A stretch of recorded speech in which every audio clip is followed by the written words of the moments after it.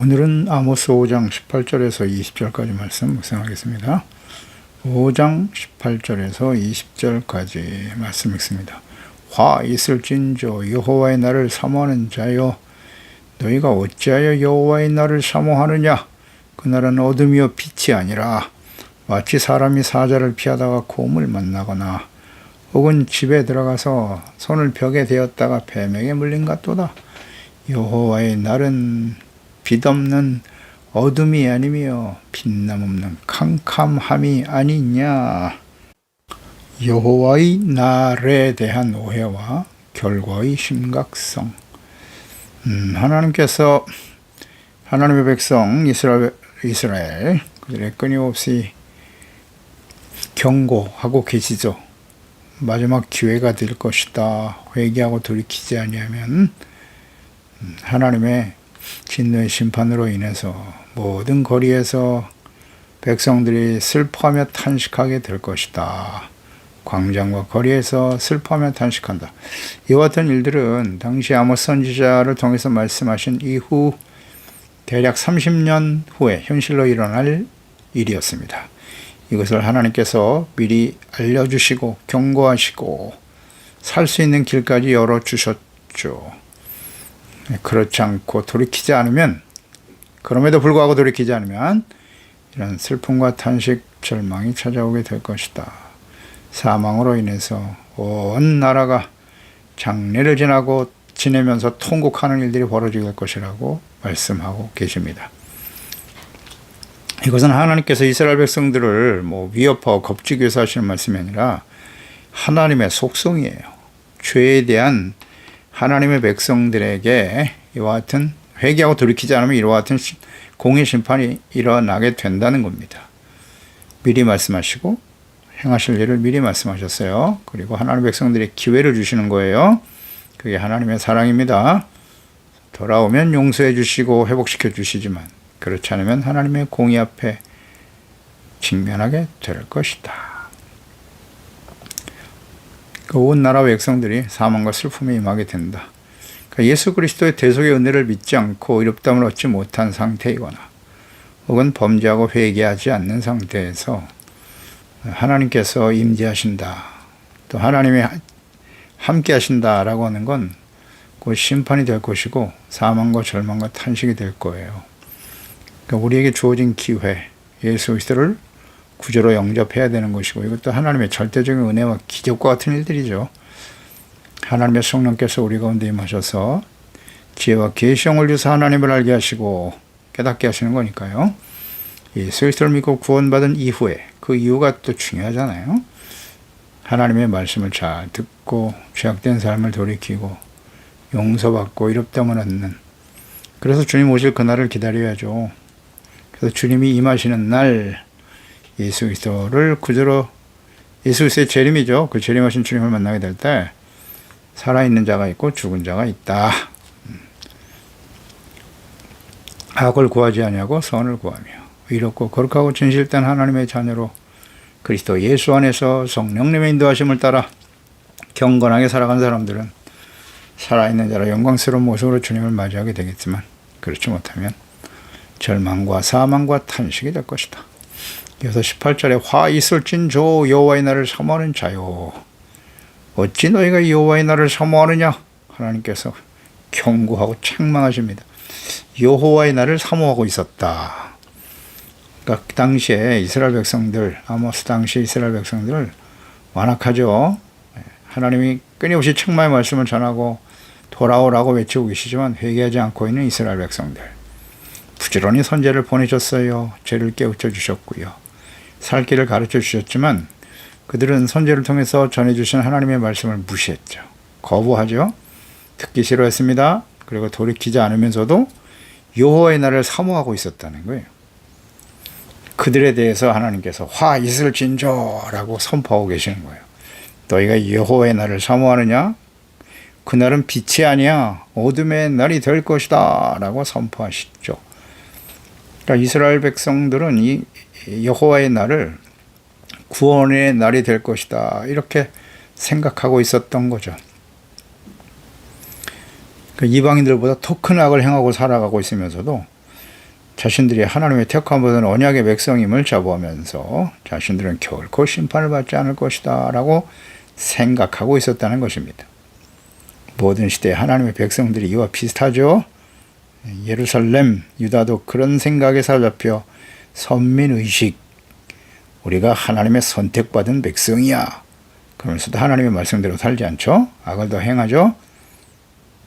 그래서 우리는 심판받지 않아. 그러다가 멸망의 길을 간 거예요. 유다도 그랬고 모든 시대 하나님의 백성들, 예수님 당시 하나님의 백성들, 이 시대에 예수 그리스도를 믿고 구원받은 하나님의 자녀들 역시 마찬가지예요. 그래서 하나님의 말씀은 진리인 것입니다. 동일하게 그 길을 가더라. 그러니까 여호와의 날은 대적들에게는 심판이지만 언약의 백성 이스라엘에게는 구원의 날이 될 것이다 라는 막연한 생각을 하고 있었다는 것입니다. 실제로는 이방인들보다 더 큰 악을 행하고 살아가고 있으면서도 말이죠. 그래서 자기들은 절대 심판받지 않을 거야 라는 생각을 했었어요. 오늘날도 비슷하지 않습니까? 예수 그리스도를 믿고 구원받았다. 하나님의 은혜로 된 일이에요. 그러면 그 이후에 어떻게 살아야 되는데 여기 관심이 없어요.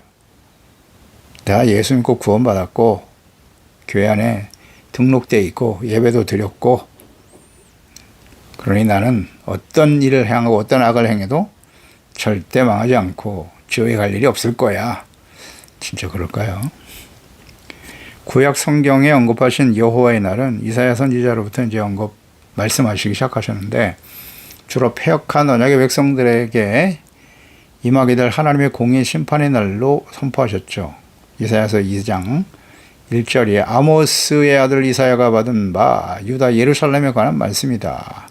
11절에 그날에 눈이 높은 자가 낮아지고 교만하냐 굴복되고 여호와께서 홀로 높임을 받으실 것이다. 대저 만군의 여호와의 날이 모든 교만한 자, 거만한 자, 자고한 자에게 임할 것이다. 그들이 낮아지리라. 여호와의 날을 교만, 거만, 자고 스스로 높이는 자죠. 교만하고 악을 행하는 자들에게 하나님께서 여호와의 날로 심판하실 것을 선포하셨죠. 또한 여호와의 날은 대적들에 대한 심판의 날이기도 했어요. 유다를 멸망시켰던 바벨론, 그들이 교만했죠. 역시 이사야 13장 1절 이하의 아모스의 아들 이사야가 바벨론에 대하여 받은 경고다. 무리가 먼 나라에서 하늘 끝에서 왔음이요 곧 여호와 그의 진노의 병기라 온 땅을 멸하려 함이로다. 너희는 애곡할지어다. 여호와의 날이 가까웠으니 전능자에게 멸망이 임할 것이미로다. 보라, 여호와의 날 곧 잔혹히 분냄과 명렬히 노하는 날이 이르러 땅을 황폐하게 하며 그 중에서 주인들을 멸할 것이라고 선포하셨어요. 교만한 바벨론에 대한 여호와의 날. 그러니까 여호와의 날은 이렇게 죄인들에 대한 하나님의 공의 심판으로 나타납니다. 그러니까 이스라엘의 대적들에 대한 심판의 날이지만 범죄하고 돌이키지 않는 하나님의 백성들에게도 여호와의 날은 결코 빛과 구원의 날만은 아니다. 심판의 날이 될 수도 있음을 깨닫지 못하고 있었던 아모스 선지자 시대의 패역하고 어리석은 이스라엘, 하나님의 백성들, 모든 시대의 이스라엘 백성들의 모습이기도 하고 오늘날 시대, 마지막 심판이 임박한 시대를 살아가는 하나님의 자녀들의 모습과 같습니다. 하나님께서 보내실 하나님의 아들 예수 그리스도를 증거한 세례 요한의 외침을 볼까요? 마태복음 3장 7절 이하에 보면 요한이 많은 바리새인들과 사두개인들이 세례 베푸는 데로 오는 것을 보고 이르되 독사의 자식들아 누가 너희를 가르쳐 임박한 진노를 피하라 하더냐. 그러므로 회개에 합당한 열매를 맺고 속으로 아브라함이 우리의 조상이라 생각하지 말아라. 내가 너에게 이르노니 하나님이 능히 이 돌들로도 아브라함의 자손이 되게 하시리라. 이미 도끼가 나무 뿌리 안에 놓였으니 좋은 열매를 맺지 아니하는 나무마다 찍혀 풀에 던져질 것이다. 이렇게 선포했죠. 당시에 바리새인, 사두개인, 공의원들 아닙니까? 그들에게 심판을 선포했어요. 너희들이 회개에 합당한 열매를 맺지 않으면 예수 그리스도가 이 땅에 오실 때 구원을 위해서 오셨지만 믿지 않고 대적하는 자는 이미 심판 가운데 떨어지게 되는 거죠. 그 악을 행하고도 돌이키지 않으면서 자신들이 선택받은 언약의 백성들이기 때문에 결코 멸망하지 않을 것이다. 당시의 바리새인들, 사두개인들, 서기관들, 자신들은 율법을 알고 지키는 완벽한 의인이라고 생각했어요. 그래서 하나님의 아들 예수 그리스도 죄 없으신 하나님의 아들을 율법을 어기는 악한 죄인이다 신성 모독자라 하여 십자가에 못 박아 죽이고 자신들의 의를 주장했죠. 그러니까 이 바리새인들 대제사장과 서기관들이 예수님을 죽인 결정적인 이유는 시기 질투고요. 자신들 안에 있는 그 죄악된 모습을 예수님께서 끊임없이 들추어내고 공개적으로 들추어내고 회개하라고 외치셨기 때문이에요. 마태복음 23장 25절 27절에 보면 화 있을진저 외식하는 서기관들과 바리새인들이요 잔과 대접의 겉은 깨끗이 하되 그 안에는 탐욕과 방탕으로 가득하게 하는도다.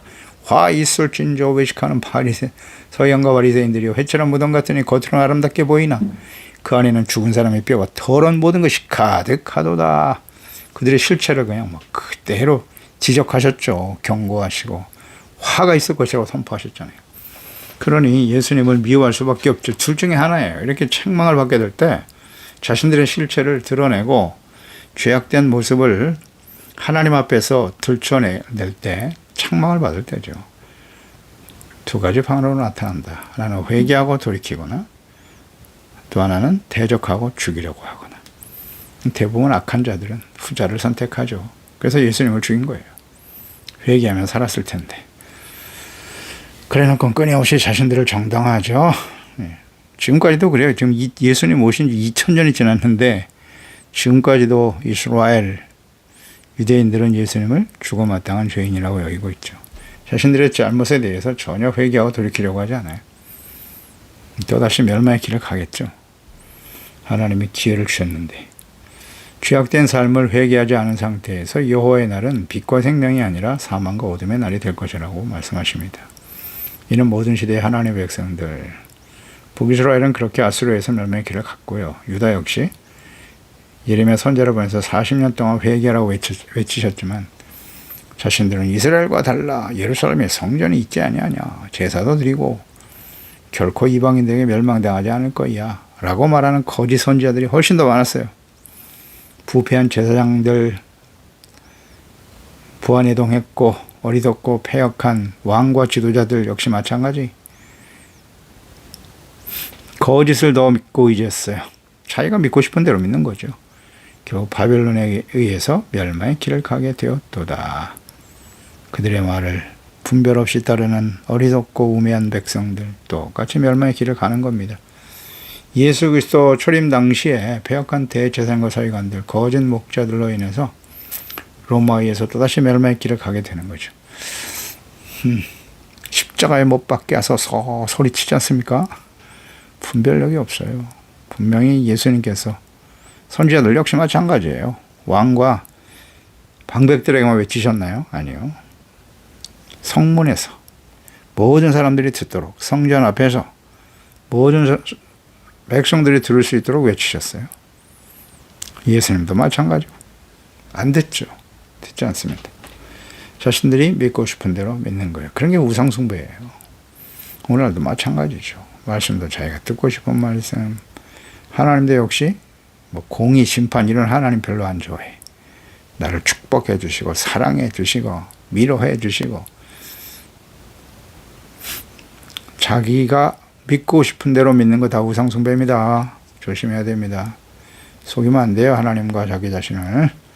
하나님의 속성과 뜻을 바르게 이해하지 못하고 하나님을 자신이 믿고 싶은 대로 믿는 우상처럼 섬기는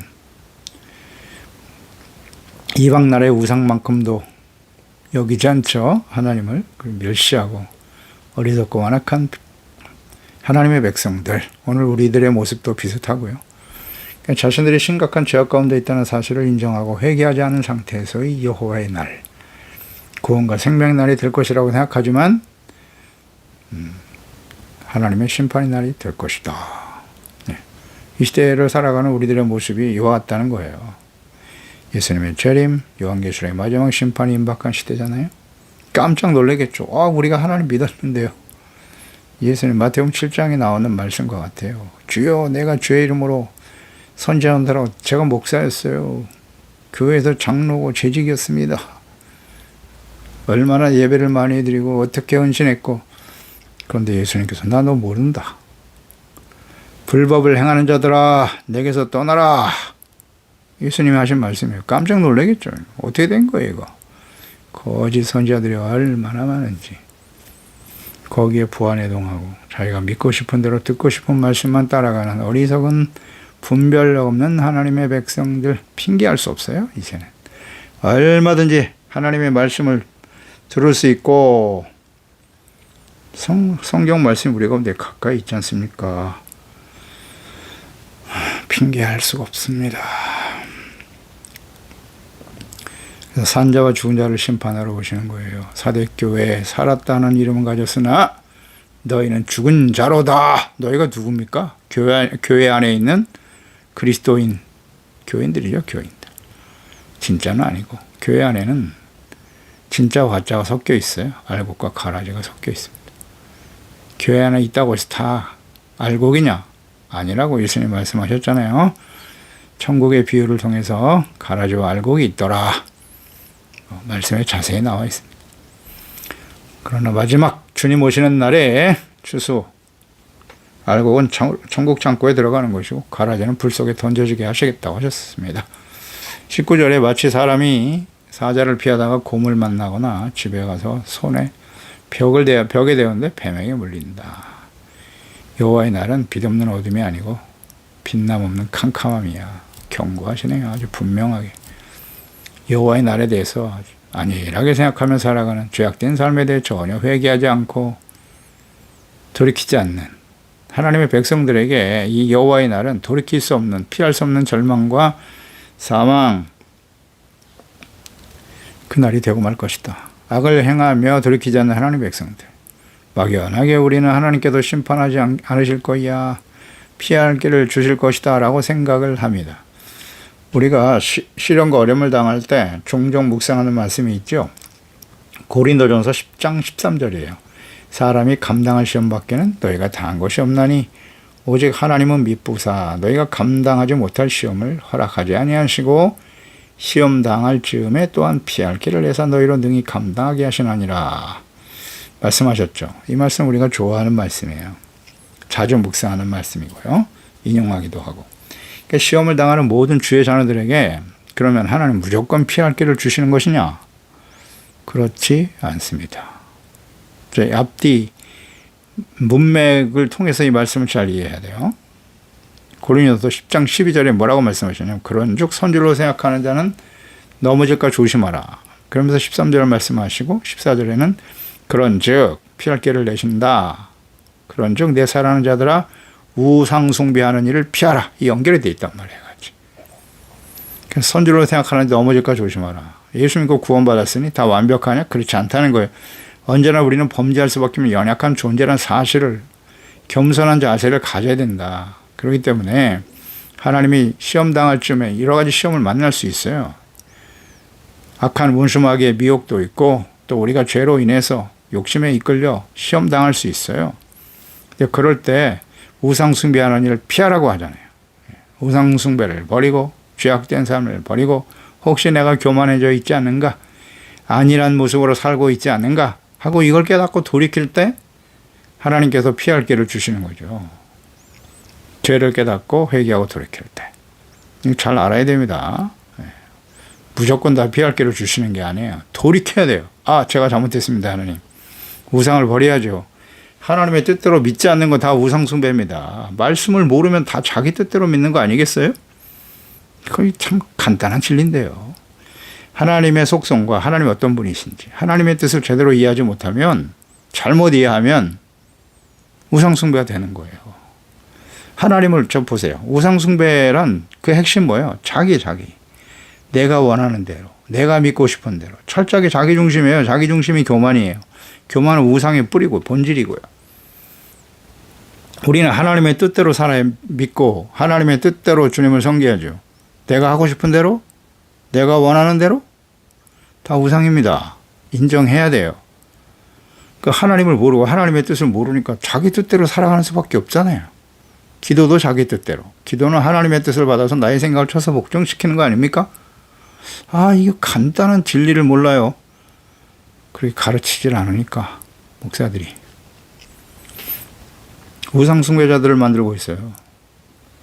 그러니까 악한 원수 마귀에게 속죠. 다 넘어지는 겁니다. 다.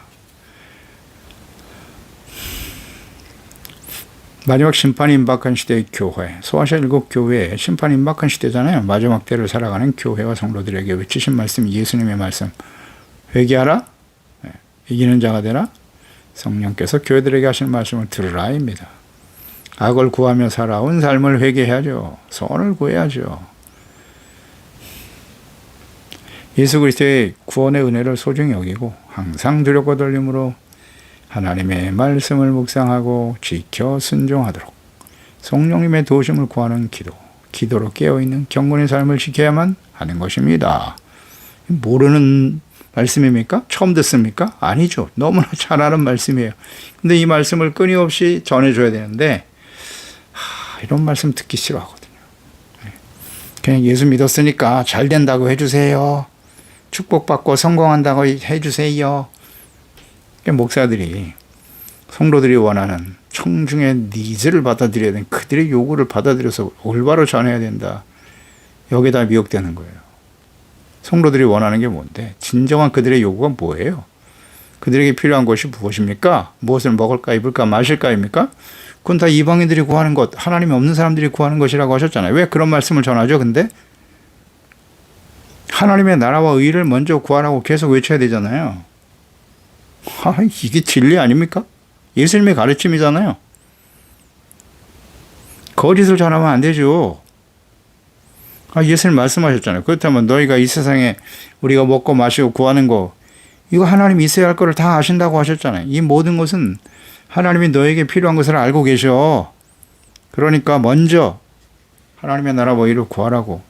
그러면 이 모든 것을 너에게 더하여 주시리라. 삶의 우선순위, 가치의 우선순위를 어디에 맞춰야 돼요? 우리는 끊임없이 하나님의 말씀을 전할 때 초점을 어디에 맞춰야 돼요? 가치 우선순위 하나님께 두어야죠. 하나님과 재물 절대 두 주인을 섬길 수 없다고 하셨지 않습니까? 예수님께서 혹 이를 사랑하거나 저를 미워하거나 이를 중히 여기거나 저를 경히 여김이라. 사랑과 가치의 문제잖아요. 그러니까 사랑과 가치를 하나님의 나라와 의를 구하는 일에 초점을 맞추고 설교도 계속 하나님의 말씀도 거기에 초점을 맞춰야죠. 그렇지 않나요? 먼저 하나님 앞에 나라와 의를 구해야 이 모든 것이 너에게 주어지는 것이죠. 죄를 행하고 불의를 행하고 악을 행해서라도 권력을 얻고 재물을 얻고 부자가 되면 그게 하나님의 축복인가요? 거짓이에요, 그게. 거기 속으면 안 되죠. 그게 다 우상숭배 아닙니까? 그런데 당시에 야모스 당시에 하나님의 백성들 하나님의 경고의 책망의 말씀 듣지 않아요. 우리는 하나님의 백성이니까 절대 망할 일이 없어요. 30년 후에 일어날 일을 말이죠. 그렇게 생생하게 하나님이 전하셨는데도 전혀 받아들이지 않아요. 그래놓고 여호와의 날을 사모한다고. 구원의 날이 될 거야 우리에게는. 예수님이 재림하시면 우리는 다 영광스러운 모습으로 주님을 맞이하게 될 거야. 아니거든요. 하나님 말씀 앞에 자신을 비춰봐야 될 거 아니에요. 내가 하나님 앞에 알곡인지 가라진지 말씀 앞에 딱 서면 다 드러나는데 어떻게 속일 수 있습니까? 맨날 듣기 좋은 말만 골라서 들으려고 하고 말이죠. 회개하라. 정말 듣기 싫어요. 그만 좀 하라고. 이스라엘 백성들의 죄악에 대해서 말씀하셨죠. 거룩한 나시린들을 포도주 목에서 타락시키고 하나님의 백성들이 그런 짓 했잖아요. 회개하라고 책망하는 하나님의 말씀을 전하는 선지자들의 입을 막아버렸어요. 예언하지 마. 그렇게 하려면 말씀 전하지 마시오. 헐. 그게 당시 하나님 백성들이었고 예수님 당시 보세요. 예수님도 그들의 죄를 지적하니까 그냥 입을 막아버리는 게 아니라 십자가에 못 박아 죽여버렸잖아요. 이게 하나님의 백성, 불신자가 아니에요. 하나님의 백성들입니다. 오늘 우리의 모습이기도 하고요. 자, 그렇다면 여호와의 날은 심판의 날이에요. 주 예수 그리스도의 재림, 심판과 구원, 산자와 죽은 자를 심판하러 오시는 날이라고 날마다 우리는 신앙 고백하고 있죠. 그러면 그날을 사모하는 사람 어떻게 살아야 돼요? 베드로후서 3장 10절이야. 그러나 주의 날이 도둑같이 올 거야. 그날에는 하늘이 큰 소리로 떠나가고 물질이 뜨거운 불에 풀어지고 땅과 그 중에 있는 모든 일이 드러나게 될 것이다. 이 모든 것이 이렇게 풀어질 때 너희가 어떠한 사람이 되어야 마땅하뇨? 여호와의 날이 임할 것인데 어떤 사람이 되어야죠?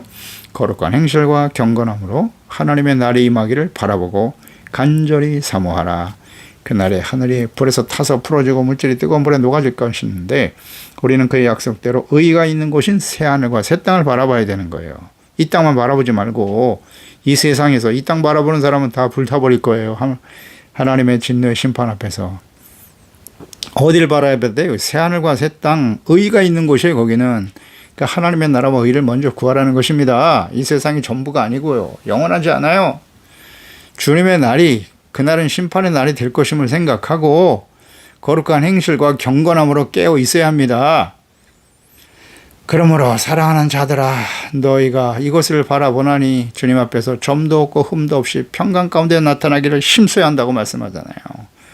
점도 없고 흠도 없이 평강. 어떤 사람에게 평강이며 악인에겐 평강이 없습니다. 예수 그리스도의 십자가 대속의 은혜로 죄사함 받고 의롭다함을 얻고 참된 평안과 기쁨을 얻게 되었잖아요. 죄악 가운데 들어가면 또다시 평강이 사라져요. 하나님과의 관계가 회복되지 않으면 평안이 없어요. 거짓 평안에 속지 말고 점도 없고 흠이 없도록 끊임없이 하나님 말씀 앞에 서야죠. 성령님의 인도하심을 따라야죠. 경건한 삶을 실천해야죠. 경건함과 거룩한 행실, 이걸 우리는 지켜가야 되는 거예요. 그럴 때 주님 앞에 영광스러운 모습으로 서게 되겠죠. 이 말씀을 듣는 사랑하는 하나님의 자녀들이요, 이제 곧 다가올 우리 개인적인 인생의 마감 혹은 예수님의 재림과 요한계시록의 마지막 심판이 이 땅에 쏟아질 텐데 그걸 생각하고 있나요? 전혀 인식하지 못하고 사는 사람 너무나 많고 예수님께서 이렇게 계속 외치셨는데 듣지 않잖아요. 오늘도 마찬가지죠. 어떤 사람이 되어야 마땅하뇨? 기도하겠습니다. 하나님 아버지, 오늘도 주의 말씀을 통해서 당시에 하나님의 백성들 불과 30년 후에 일어날 일에 대해서 하나님이 이렇게 간절히 외치셨는데요, 이스라엘 백성들 듣지 않았어요. 돌이키지 않습니다. 이게 마지막 기회인데 돌이키지 않네요. 계속 마음이 완악해요. 거짓에 속아서 책망과 회개하라는 말씀을 듣기 싫어하고 돌이키지 않더니 결국은 하나님의 말씀하신 대로 사망, 절망, 처참한 슬픔과 비탄에 빠지게 되었네요. 우리는 역사를 통해서 다 확인할 수 있는 일이에요. 여기서 우리는 교훈을 받아야죠. 악을 향하고 돌이키지 않으면서도 여호와의 날, 그날은 우리에겐 구원과 생명의 날이 될 거야. 승리의 날이 될 것이다. 거짓에 속아서. 주님, 우리는 주님이 오시는 그날을 사모하며 살아간다면 이 땅이 전부가 아니라 반드시 하나님 앞에 서게 될 사람이 죽는 것은 정한이 있지요. 그 외에는 심판이 있다는 사실을 안다면 우리가 어떤 사람이 되어야 하겠습니까? 이 말씀을 듣는 저희들만큼이라도 소중한 우리 지체들, 가족들, 하나님의 자녀들 거룩한 행실과 경건함으로 깨어있게 하시고 이 세상이 썩어져갈 불타버릴 세상이 아니라 의가 있는 새하늘과 새 땅을 바라보게 하시고 영원한 하나님의 나라를 바라봐야죠. 이 땅에 살아가는 동안에 점도 없고 흠도 없는 예수 그리스도 안에서 진리의 말씀 안에서 성령님의 인도하심을 따라 평강 가운데 설 수 있기를 간절히 힘쓰는 지혜로운 하나님의 자녀들이 되게 하여 주시옵소서. 예수님의 이름으로 기도드리옵나이다. 아멘.